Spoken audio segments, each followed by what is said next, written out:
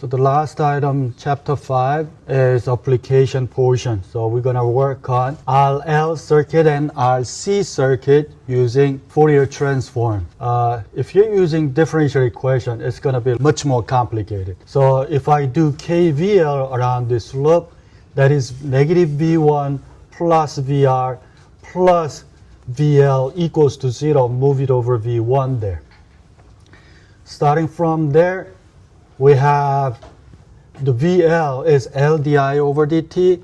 So using this as a differential equation that we learned from A Math 1, I'm going to rearrange that into this. So now I of t is just like a y.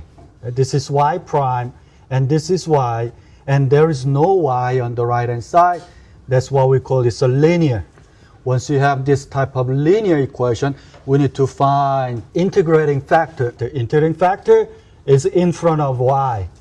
So e to the power of this guy, dt, right? We are in terms of t, and that is e to the r over lt. That's the integrating factor. We're going to multiply every single term in the differential equation. Then the left-hand side is going to be this, and take the integral for both sides. We end up getting I of t expression, and then using I of t, we can use V2 because V2 is this guy, L dit over dt. So using this V2 and V1, you need to find the h of t. That's what we need to do, but it takes much longer to do that. But since we learned the Fourier transform, now let's use the Fourier transform to solve that. For our L circuit, obviously we're going to use this guy. For our C circuit, we're going to use this guy. So you need to know these two. And h of omega is output over input. So you will be given which one is output, which one is input. What you need to do, output over input, that is h of omega. If it's the t domain, it's going to be the same. Output V2 over V1. We're going to do KVL first. Again, V1, negative V1 plus VR plus V2 VL. But if you move V1 to the other side, we have a positive V1 equals VR plus VL. And V1 equals Ri of t plus L di over dt. So that's the same thing up to that point. Now we're going to take the transform from here instead of using the differential equation. So in the equation sheet, what's the d over dt? The first column, the second pair, dn of f of t over dt power of n equals to j omega to the power of n, and f of omega.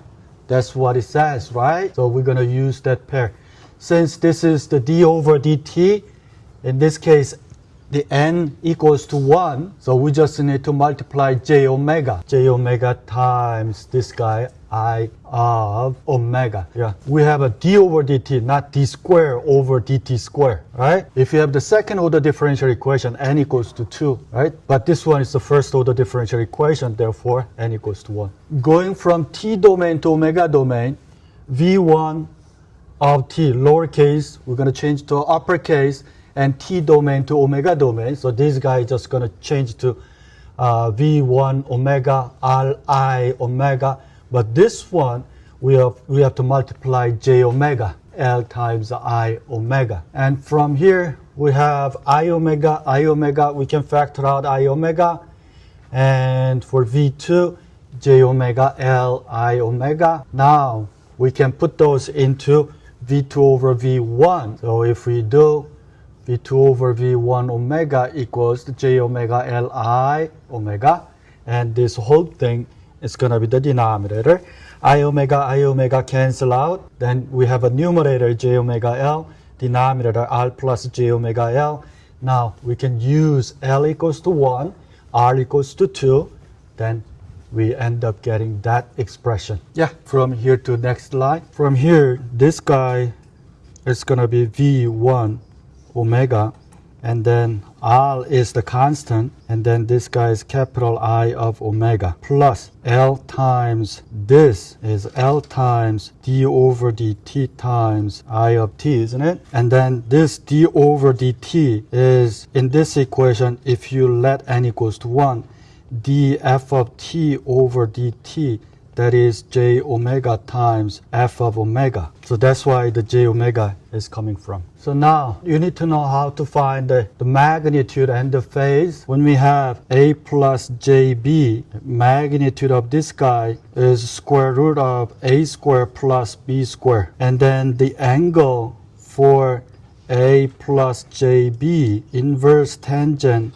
of b over a. Right? We are using that. So the absolute value of the numerator for this is j omega. So square root of a equals to 0, b equals to omega squared. So that's why we get omega. And for the denominator, again, square root of this guy. So denominator is straightforward. For this angle in the fraction, we have a numerator minus denominator, just like what we are taking care of this complex number in polar form. If it's a fraction, we divide the magnitude and then subtract the angle. For the numerator, we have a j omega, right?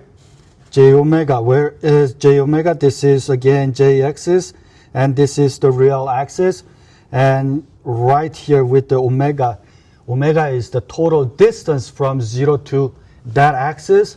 So what's the angle? 90, which is pi over 2. And for the denominator, just like applying this guy, and that's a straightforward, but we need to subtract that. That's the formula, numerator minus denominator. So that's the part B. We need to calculate the magnitude and the phase angle. And then part C, we need to calculate the impulse response of the system, which is h of t. Since we have h of omega, we can take the inverse Fourier transform to get the h of t. Do we have a pair from the table? We don't have the exact same one, but if you separate these two, take the j omega out, then we have a 1 over a plus j omega in the pair, right?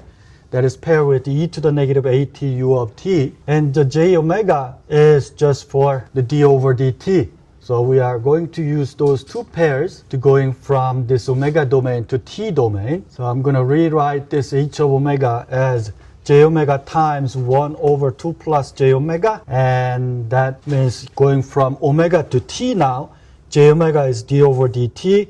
1 over 2 plus j omega is e to the negative 2t u of t. So take the derivative, we get negative 2 times e to the negative 2t u of t. So that's our h of t. So let's take a look at the RC circuit. These are the formulas that we need for our L circuit and RC circuit. This time it is RC, so we need that. So we're going to use KVL again. Negative V1 plus VR plus V2 equals to 0. Move it over V1 to the other side. V1 equals, the VR equals 2 times I of t, V2 of t, and then take the Fourier transform from here to here. We have V1 omega equals to 2 I omega plus V2 omega, and I omega is the current go through this one loop, the J omega times C times V2 of omega. We'll put it that in here, and then we can factor out V2 omega. Then we have V1 over V2 equals to this, but we need V2 over V1. So you can just take the reciprocal of that expression, and h of omega is now 1 over 1 plus 0.5 j omega. Yeah, I omega from here. So that's part A. And then we're going to find the magnitude and the angle. Again, it is 1 over 1 plus 0.5 j omega. Magnitude, absolute value for numerator is that. And then denominator, we have 0.5 square, which is 0.25. That's magnitude. And the angle for the numerator is a constant. It's x-axis, so it's going to be 0 minus denominator is inverse tangent of 0.5 omega over 1. But the part C, we need to calculate the h of t. So we have h of omega right there. We have a plus j omega. So that's why we need to multiply top and bottom by 2. So you need to be careful. We have to have a 1 in front of j omega in order to use the pair. So that's why you need to multiply top and bottom by 2 so that we can get the coefficient of j omega as a 1. Once you do that, you can convert that to h of t.